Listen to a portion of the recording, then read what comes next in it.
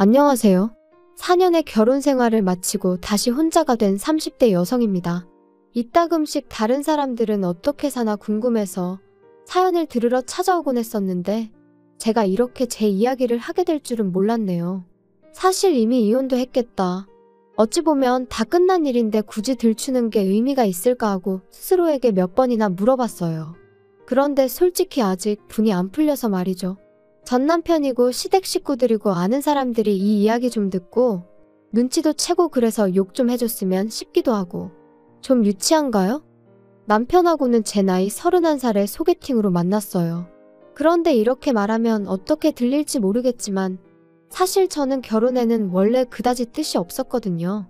그래서 친구가 소개팅 이야기를 꺼냈을 때도 상대 남자가 그러니까 제 전 남편이기도 하고 잠깐 다른 이야기긴 하지만 이혼을 하고 나니까 이따금씩 호칭이 참 불편해요. 전 남편 부르기도 그렇고 남편이라고 부르자니 괜히 성질나고. 그래도 일단은 남편이 간결하니까 남편이라고 부르겠습니다. 다시 본론으로 돌아가서 친구가 소개팅 할 거냐 물었을 때 제가 먼저 물었어요. 소개팅에 나올 사람이 혹시 연애 상대를 찾는 건지 아니면 결혼을 전제로 만남을 원하는 건지 말이에요. 그런데 친구가 사람 앞날을 누가 장담할 수 있냐며 연애하다 헤어질 수도 있고 결혼할 수도 있고 그거야 아무도 모르지 그러대요. 하지만 저는 괜한 원망을 듣는 건 한 번이면 족하다 싶어서 그런 식이라면 차라리 나가지 않겠다 했습니다. 사실 저는 예전에 교제하던 남자와 헤어지는 과정에 있어서 온갖 막말을 들었던 적이 있어요. 저 때문에 자기가 시간 낭비, 돈 낭비를 했다면서 말이죠. 하지만 정말 억울했던 게 그 당시에도 저는 결혼에는 뜻이 없었고 남자도 분명히 알고 있었거든요. 그것도 연애 초반 때부터요. 하지만 남자가 말하길 사귀다 보면 제 생각이 달라질 줄 알았답니다. 자기가 잘해주면 생각을 고쳐먹을 줄 알았다나요? 어이가 없어서. 아무튼 그때 너무 질려버려서 이후로 결혼 생각이 요만큼이라도 있는 남자하곤 아예 얽히지 말아야겠다고 다짐을 했네요. 그런데 소개팅을 주선하는 친구가 중간에서 그렇게 애매하게 나오니 당연히 나가기가 싫었죠. 하지만 친구는 이미 제 사진을 상대 남자에게 보여줬고 그쪽에서 저를 너무 만나보고 싶어 한다며 나중엔 거의 사정을 하는데 제 다짐도 다짐이지만 친구를 더는 곤란하게 만들고 싶지가 않았습니다. 그래서 그럼 그냥 밥이나 한 끼 먹고 온다 생각하고 나갔다 오겠다니까 정말 고맙다고. 그래서 마침내 남편과 만나게 되었네요. 남편은 저와 마찬가지로 회사를 다니는 평범한 직장인이었어요. 특출난 매력은 없었지만 대화를 나눠보니 사람 성격이 전반적으로 둥글둥글하고 모난 구석이 없었죠. 가끔 실없는 농담을 던지는 게 조금 거슬리긴 했지만 그것도 알고 보니 어떻게든 저랑 좀 더 같이 있으려고 나름대로 한 노력이었다는 걸 알게 되었을 땐 좀 감동이기도 했고. 하지만 몇 번 대화를 나눠보니 남편은 나이가 나이였던 만큼 역시나 결혼 상대를 찾고 있다는 걸 알게 되었고 저는 그게 아니었잖아요. 그래서 결국 그렇게 두어 달쯤 만남을 이어가다가 제가 이쯤에서 그만 만나자 했어요. 계속 만나봤자 서로한테 좋을 게 없을 것 같다고요.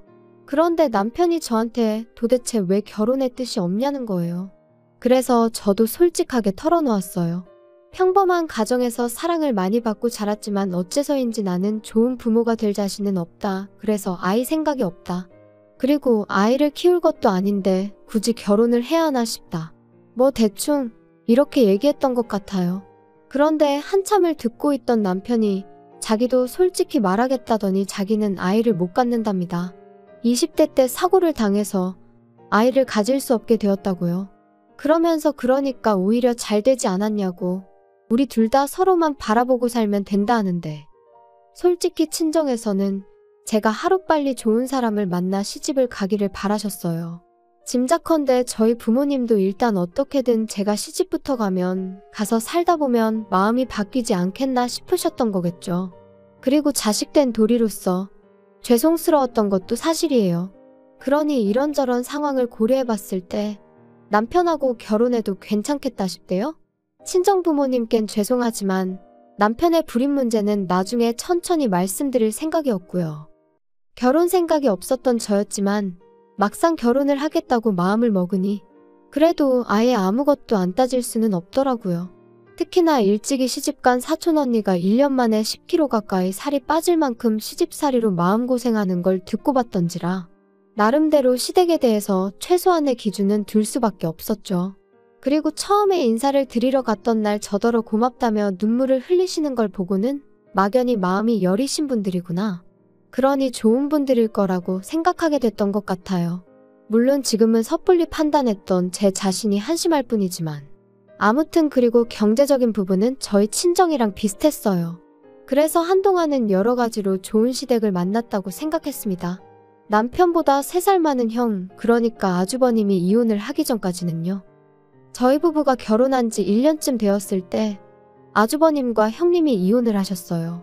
시댁 식구들 사이에서는 이혼의 원인이 형님한테 있다고 했지만 저는 솔직히 두 사람 모두 문제가 있다고 생각했죠. 왜냐하면 제가 듣기론 아주버님이 결혼한 지 2년 만에 외도를 하셨고 그걸 알게 된 형님이 이후로 술에 의존하게 되었다 들었거든요. 그리고 언젠가 형님이 하소연하기로는 자기는 어떻게든 참고 살아보려고 했다. 그런데 애아빠, 그러니까 아주버님이 자기를 여자로 봐주질 않더랍니다.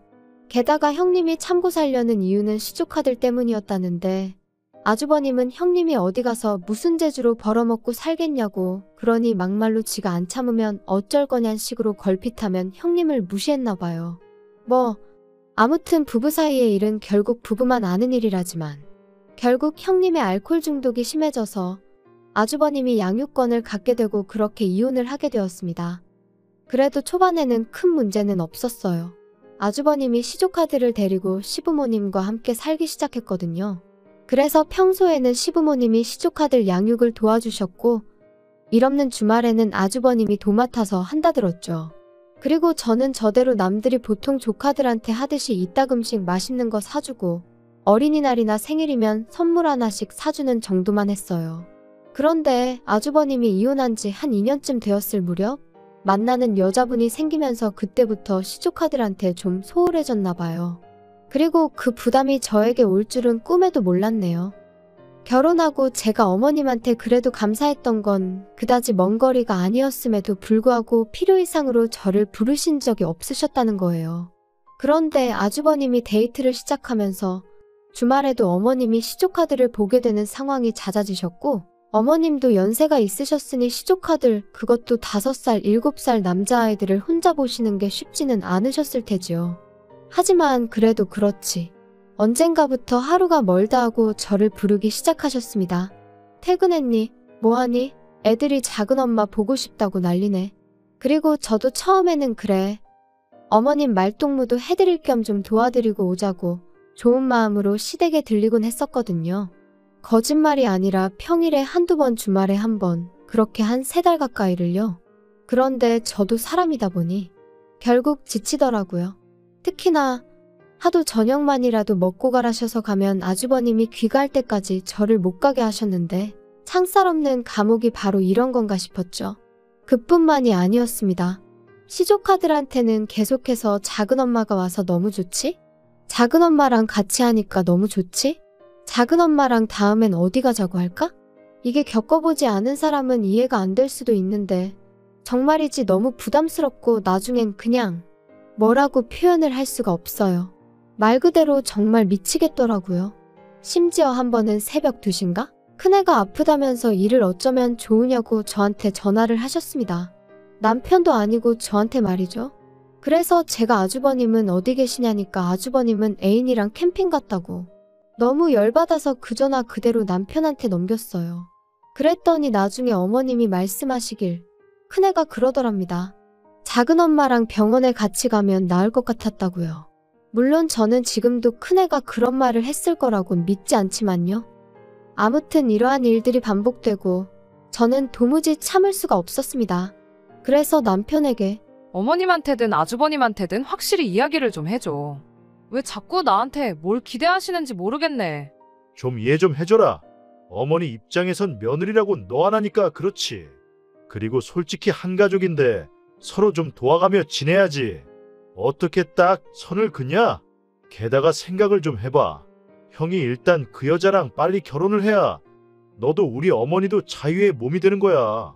그러려면 협조를 좀 해줘야지. 두 사람이 결혼해서 내가 자유의 몸이 되기 전에 화병으로 죽을 것 같다니까. 야, 무슨 말 같지도 않은 소리를 하냐 너는? 솔직히 어머니랑 비교하면 네가 뭘 얼마나 했다고 그러냐? 고생은 우리 어머니가 다 하고 계시지. 지금 그게 할 소리야? 너무 빡빡하게 따지지 마라 좀. 이 집안의 여자라곤 어머님하고 너하고 둘뿐인데 어쩌겠냐 그럼? 자기가 대신 사과한다. 미안하다. 너 정말 고생한다. 그런 인사까지는 기대하지도 않았어요. 하지만 적어도 남편이 그토록 뻔뻔하게 아나무인으로 나올 줄은 꿈에도 상상하지 못했죠. 그리고 덕분에 그나마 마음 한켠에 있던, 그래도 내가 작은 엄마인데 이 정도는 하는 게 맞나 하는 그 찜찜함도 전부 날아가 버리대요. 게다가 이렇게 다투고 얼마 지나지 않아 어머님 생신이셨어요. 그래서 온 가족이 모였는데 아주버님 재혼 이야기가 나왔습니다. 그런데 듣자 하니 아주버님 애인이란 사람이 시조카들 때문에 재혼하기를 망설인다는 거예요. 그쪽은 초혼이라서 부모 반대가 완강하다면서 말이에요. 그러니까 이번엔 어머님뿐만 아니라 아버님까지 저를 힐끗힐끗 바라보시면서 애들 거취 문제야 뭐 가족 간에 상의를 해서 차차 방법을 찾아보면 된다 하시는데, 아니 멀쩡히 애 아빠가 살아있는데 무슨 애들 거취 문제를 가족 간에 상의를 한다는 건지, 그리고 나는 왜 자꾸 쳐다보시는 건지 이래저래 너무 짜증이 나더라고요. 게다가 그 와중에 아주버님은 저랑 눈이 마주치니까 어이없게도 윙크를 하면서 재수씨 잘 좀 부탁해요 이러는데, 순간 욱해서 뭘 부탁하냐 했습니다. 부탁하지 마시라고. 궁금하지도 않고 알고 싶지도 않다면서요. 그리고는 도무지 끓어오르는 화를 참을 수가 없어서 뒤도 안 돌아보고 그냥 제 핸드백이랑 차키만 챙겨서 식당에서 나왔거든요. 그랬더니 남편이 쫓아나와서는 너는 좋은 날 꼭 이렇게까지 해야겠냐? 형 애인 쪽에선 당연히 꺼려지는 자리이고 어쨌든 우리가 지금 의리니까 어쩔 수 없잖아. 왜 우리가 의리야? 아주버님이나 의리지. 막말로 아주버님이 재혼을 하시던 못 하시던 나랑 무슨 상관인데 뭘 잘 부탁한다는 거야 도대체? 어머님 아버님도 그래. 왜 자꾸 나한테 눈치를 주셔? 그렇게 시조카들이 안쓰러우면 당신이 챙겨. 당신이 하면 되잖아. 작은 엄마보다는 작은 아빠가 더 가까운 거 아니야? 핏줄인데? 막말로 어머님이 시조카들 문제로 당신한테 한 번이라도 전화한 적 있으셔? 넌 뭐 그런 걸 지금 따지고 드냐? 진짜 사람 피곤하게 한다. 아무튼 우리 부모님한테 사과드리고 형한테도 미안하다고 해. 웃기고 있네. 사과를 받으면 받았지 내가 지금 하게 생겼니? 분명히 우리 두 사람 서로만 바라보고 살자 했고 그 약속 하나 믿고 한 결혼이었는데, 시간이 흐를수록 시부모님도 남편도 말도 안 되는 요구를 해대니 얼마나 스트레스를 받았는지 몰라요. 하지만 적어도 어머님 생신날 제가 보인 행동은 시댁 식구 모두에게 제 생각이 어떤지 분명히 보여주는 일이었다고 믿었습니다. 그러니 더는 시댁 식구들 중 그 누구도 저에게 시조카를 맡길 생각은 하지 못할 거라 생각했고요. 하지만 제 예상은 보기 좋게 빗나가 버렸어요. 오히려 서로 속내가 다 드러나서 그런가 아주 그냥 배째라는 식으로 나왔으니까요. 어머님 생신 이후로 한 달 정도 지났을 무렵이었습니다. 큰애에게 핸드폰이 생겼는지 언젠가부터 계속해서 큰애에게서 문자가 오더라고요. 그리고 그 내용은 대부분 작은엄마 뭐 하세요? 작은엄마 요즘 왜 안 오세요? 작은엄마 보고 싶어요. 그리고 저는 그 문자들이 전부 어머님이 시켜서 시조카가 보냈다 싶었기에 무시해버릴까 싶다가도 혹시나 일말의 가능성으로 시조카가 자진해서 보낸 거면 어쩌나 하는 생각에, 사실 이 모든 상황에서 시조카가 잘못한 건 없는데 괜히 애한테 상처를 주게 되면 안 되잖아요? 정말이지 문자 하나가 올 때마다 온종일 이런저런 생각과 고민으로 얼마나 마음이 갑갑했는지 몰라요. 그리고 정말 이렇게 살다간 내가 어떻게 될지도 모르겠다는 생각에 결국 시조카에게 앞으로 작은엄마에게 하고 싶은 이야기가 있으면 작은아빠한테 하라고 했네요. 그러면 작은아빠가 작은엄마한테 전해줄 거라면서 말이죠. 그런데 황당한 건 그 이후로 시조카가 남편에게 문자를 하는 일은 단 한 번도 없었습니다. 이것도 나중에 어머님 말씀으로는 시조카가 단단히 상처를 받아서 안 한 거라는데, 그 내막을 솔직히 누가 알겠어요? 제가 그것까지 배려할 수는 없는 노릇이었고요. 그리고 이제 정말 상황이 어느 정도 정리가 되었구나 싶었던 때였습니다. 3달 가까운 시간 동안 어머님은 저에게 오라가라 말씀하지 않으셨으니 저도 어느새 한결 홀가분한 마음으로 일상을 보내고 있었죠. 남편하고의 관계는 예전만 못했지만 적어도 부딪히는 일은 거의 없었고요. 그런데 평소처럼 야근을 하고 집에 도착해 현관을 여는데 저는 순간 제가 남의 집에 잘못 들어온 줄 알았어요. 왜냐면 현관에는 아이들 신발이 놓여 있었고 늦은 시간이었는데도 TV 소리가 흘러나오고 있었으니까요. 하지만 이내 저는 그 아이들이 바로 시조카들이라는 걸 알게 되었습니다. 황당해서 남편에게 이게 다 무슨 일이야? 쟤들이 여기 왜 와 있어? 어머니 허리 디스크가 터져서 이제 쟤들 못 보신대. 정말이야? 그럼 일단 병원부터 모시고 가봐야 되는 거 아니야? 아, 뭐 병원은 알아서 가시겠다니까 신경 쓸 거 없고. 걱정이네. 아니 근데 그렇다고 해도 왜 쟤들이 우리 집에 있어? 아직 그 집에 아버님도 계시고 아주버님도 있잖아. 남자 둘이서 쟤들을 무슨 수로 보냐? 아니 아주버님이 애 아빠인데 왜 애들을 못 봐? 그리고 당장 주말 지나면 당신도 나도 출근해야 되는데 우리 집에서 쟤들을 누가 본다고 데려왔냐고. 그래서 말인데 회사에 휴가 좀 내. 누군가 한 명은 쟤들 봐줘야지. 그럼 당신이 내던가. 억지 좀 쓰지 마라. 너가 봐야지 내가 쟤들을 어떻게 보냐. 야, 그리고 왜 작은엄마라고 부르겠냐? 엄마 없으면 대신 엄마 역할을 하라고 작은엄마인 거야. 엄마 소리 듣는 게 뭐 아무런 이유 없이 듣는 건 줄 알았어? 당신 뭐 잘못 먹었어? 아까부터 왜 이렇게 헛소리를 해대? 작은엄마가 무슨 엄마 소리야, 엄마 소리는? 그리고 내가 언제 작은엄마 하고 싶댔어? 작은엄마가 무슨 벼슬도 아니고 웃기지도 않네, 진짜. 하지만 남편은 좀처럼 고집을 꺾지 않았고 정말이지 이런 식으로 나가다간 제가 시조카드를 떠안게 생겼다 싶더라고요. 그래서 저는 이튿날 새벽 남편과 시조카들이 아직 잠에서 깨지 않았을 때 제 집만 챙겨서 친정으로 향했습니다. 솔직히 집을 나오면서도 내가 뭘 잘못한 것도 아닌데 왜 이렇게 나와야 하나 싶었지만 동시에 어물쩍거리다 시조카들하고 마주치면 또 거기다 뭐라고 설명을 해야 할지도 모르겠고 아이들한테 저희 부부가 큰 소리 내는 걸 보여주고 싶지도 않았고요. 그래서 일단은 집에서 나왔어요. 친정에 도착한 지 1시간쯤 지나니까 남편에게 연락이 왔습니다. 어디냐 묻길래 친정이라고. 시조카들 문제 해결할 때까진 난 친정에서 지낼 테니 그런 줄 알라 했죠. 그랬더니 남편이 한다는 말이 저더러 왜 이렇게 인정머리가 없냐는 거예요. 그리고는 다른 사람들은 생판 모르는 남도 데려다 키우던데 너는 뭐가 문제야? 넌 모성애라는 게 없냐? 네가 그러고도 여자야? 진짜 정 떨어진다. 그걸 지금 말이라고 해. 모성애고 뭐고 내가 애시당초에 낳을 생각 없다고 했던 거 기억 안 나? 근데 이제 와서 나더러 시조카를 키우라고 하면 내가 그래 알겠어 하고 키울 줄 알았던 거야? 그리고 뭐 여자 맞냐고? 아무렴씨 없는 너도 남잔데 내가 여자가 아닐 리가 있어. 너 지금 말 다 했냐? 너 터진 입이라고 아무렇게나 말하는데 입 조심해라. 당신이 먼저 시작했거든? 그리고 나는 그 작은엄마 소리 더는 듣기도 싫어. 아주 이골이나. 작은엄마고 뭐고 나 안 할 테니까 어디 밖에 나가서 하겠다는 여자 있으면 그 여자 시켜. 얼마나 대단한 자리라고 사람을 이렇게 스트레스를 줘 주기를. 저는 제 할 말만 하고 그냥 전화를 끊어버렸어요. 그리고 이후로는 무슨 정신이었는지는 몰라도 남편 말대로 회사에 일단 휴가는 냈습니다. 다만 그리고 나서 유명하다는 이혼 전문 변호사들 몇몇을 만나 상담도 받고 나름대로 전략도 세워보고 누가 그러더라고요. 일단 시어머니 허리가 났을 때까지만이라도 좀 봐줄 수 있었던 거 아니냐고. 근데 그게 그 상황에 처해보지 않은 사람이면 모를 거예요. 시부모님도 아주버님도 그 애인이란 여자한테는 아주 절절매지. 그러니까 그 여자는 자기가 뭐나 되는 거 마냥 저한테 이래라 저래라 해대지.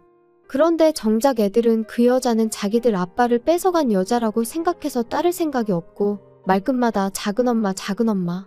그러니까 그 여자가 아주버님과 결혼을 한다면 영락없이 애들 엄마 노릇은 제 몫이고 그 여자는 형님 놀이나 하게 생겼더라고요. 호랩이 될 뻔한 아주버님을 살려준 구세주놀이는 덤이고요. 그리고 제가 무슨 부귀영화를 누리겠다고 그런 꼴을 보게 될 걸 뻔히 알면서 언제 그런 날이 오려나 하고 기다리고 있을 수는 없었죠. 그래서 결국 남편과 저는 이혼을 했습니다. 남편은 남편 나름대로 제가 자기를 모욕했다며 명예훼손이네 어쩌네 해댔는데 부부싸움하다가 막말 좀 한 걸로 명예훼손이 될 리가 없잖아요. 고작 그런 이유로 저를 유책 배우자로 몰아갈 수도 없었고요. 그래서 제가 서로 오만정이 다 떨어진 마당에 뭘 질질 끄냐고 그냥 깔끔하게 협의 이혼하고 갈 길 가자 했어요. 그런데 이렇게 되니까 다른 사람도 아니고 아주버님이 저희 이혼을 말리대요? 자기가 다 잘못했다면서? 하지만 곧 죽어도 시조카드를 다시는 안 맡기겠단 소리도 안 하고 설령 그런 소리를 했다고 해도 이미 저희 부부는 깨진 그릇이나 마찬가지였으니까요. 결국 그렇게 남남이 되었습니다. 그리고 저는 이혼하고 얼마 지나지 않아 아주버님과 그 여자도 헤어졌다는 소식을 다름 아닌 어머님을 통해서 듣게 되었습니다. 이게 다 저 때문이라면서 제가 조금만 도와줬으면 될 걸 일을 다 그르쳤네 하시더니 급기야는 저를 고소하겠다고 하셨지요. 그래서 마음대로 하시라고 했는데 지금까지 별다른 소식이 들려오질 않네요. 종이 쪼가리 하나 날라온 것도 없고요. 솔직히 아주 가끔 시조카들 생각이 날 때가 있어요. 그래도 작은엄마 하면서 따르던 걸 생각하면 내가 좀 참을 걸 그랬나 싶기도 하고 아직 제가 매운맛을 덜 봐서 그런 걸까요? 그냥 왜 어른들 때문에 애들이 저렇게 힘든 시간을 겪어야 하나 싶은 게 아무쪼록 아주버님이 그놈의 사랑 타령은 잠시 접어두고 아이들을 먼저 좀 챙기셨으면 좋겠네요.